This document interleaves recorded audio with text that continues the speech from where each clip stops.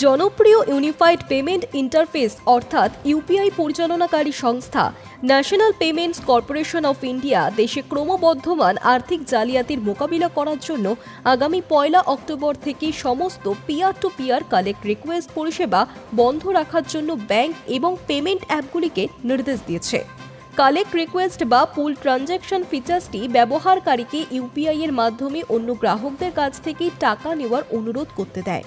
আর এই ফিচার্সের ব্যবহার করে প্রায়ই প্রতারকরা ব্যবহারকারীদের কাছ থেকে অসৎ উপায়ে টাকা লুট করতে থাকে।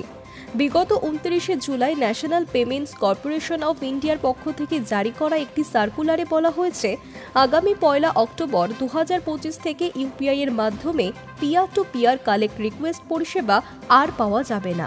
এই প্রক্রিয়ার অনুমতি পাওয়া যাবে না। বর্তমানে একজন ইউপিআই ব্যবহারকারী প্রতি লেনদেনে অন্য ব্যক্তির কাছ থেকে সর্বোচ্চ 2000 টাকা সংগ্রহ করতে পারেন। সফল পিয়ার টু পিয়ার ক্রেডিট লেনদেনের সংখ্যা প্রত্যেক দিন সর্বাধিক 50টির মধ্যে সীমাবদ্ধ। তবে এটি নতুন ইন্ডিভিজুয়ালের জন্য বন্ধ হলেও ব্যবসায়ী বা মার্চেন্টরা এই প্রক্রিয়া চালিয়ে যেতে পারবেন। যেমন কোনো গ্রাহক যখন ফ্লিপকার্ট, সুইগি, অ্যামাজন বা আইআরসিটিসি অ্যাপে ইউপিআই পেমেন্ট করার চেষ্টা করেন, তখন এই ব্যবসায়ীরা গ্রাহকের ইউপিআই অ্যাপে একটি কালেক্ট রিকোয়েস্ট পাঠান। গ্রাহক সেই রিকোয়েস্টের অনুমোদন করে ইউপিআই পিন দেওয়ার পরই পেমেন্ট সফল হয়। ইউপিআই এর প্রথম দিকে যদিও কালেক্ট রিকোয়েস্টের মাধ্যমে জালিয়াতি নিয়মিত হতে দেখা যেত, এনপিসিআই তাই এই কালেক্ট রিকোয়েস্টের সর্বোচ্চ মূল্য 2000 টাকা করে সীমাবদ্ধ রাখে। আর তারপর থেকেই অনেকটাই জালিয়াতি নিয়ন্ত্রণে এসেছে।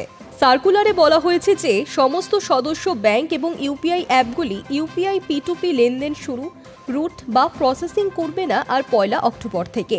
এই কালেক্ট ফিচার্সটি মূলত তৈরি করা হয়েছিল ব্যবহারকারীদের জন্য, যাতে তারা তাদের বন্ধু বা আত্মীয়দের কাছে টাকা পাওনা থাকলে আলাদা মেসেজ না পাঠিয়েই তাদের রিমাইন্ডার পাঠাতে পারেন। ইউপিআইতে তখন একটি স্প্লিট পেমেন্ট বিকল্প রয়েছে, ফলে একাধিক ব্যক্তি একসঙ্গে কোথাও পেমেন্ট করতে গেলে আলাদা আলাদা লোকের কাছে কালেক্ট রিকোয়েস্ট পাঠাতে হবে না। Hi News network.